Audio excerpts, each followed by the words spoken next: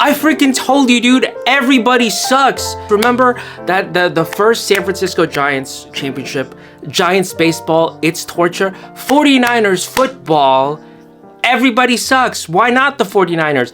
Everybody sucks this year, dude. Here is the case for positivity, okay? Everybody blows this year to some extent, though I like Jalen Hurts. But he will randomly suck for like 7 quarters at a time. Yeah, and I know George Kittle being out is a huge blow, right? Like there's no papering over it. Losing George Kittle is a massive blow. On the other hand, they got Jake Tonjes. They got Demarcus Robinson. They got Malik, I don't know, the guy who dropped the pass, whatever his name is. I actually don't know Malik. But my point is, everybody sucks. Everybody sucks. Who cares? Who cares? Brock Purdy is upright. Kyle Shanahan hasn't had a stroke, has he? Then in that case, I'll take my chances. I'll take my chances. Brock Purdy is upright. Kyle Shanahan doesn't have flesh-eating bacteria in his brain. I'll take my chances. Are you terrified of the Seahawks? Because the 49ers have held the Seahawks to 13 points for 2 straight games. But my point is, everybody sucks, dude. Let's just see what happens before all the doomers and gloomers. Let's just see what happens, dude. Everybody sucks is my point. And the NFL has flattened the game. This is not like a new thing. I've been saying this for years. The NFL keeps, the rules of the NFL keep flattening the game such that it's basically Madden now. It's basically my quarterback and my OC versus your DC. My DC versus your quarterback and your OC. That's increasingly the game now.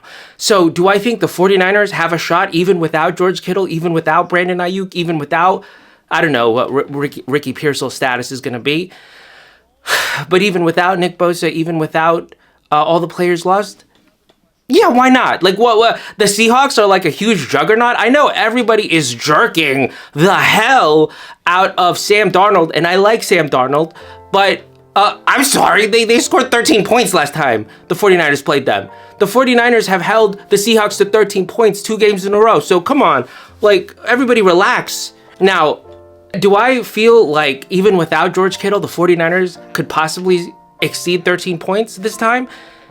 Yeah, I do. Yeah, I do. And can the Seahawks score more than 13 points next time? Probably. But everybody freaking sucks. Now, here's what I saw this game, right? I saw Christian McCaffrey getting stuffed in the run game over and over and over again.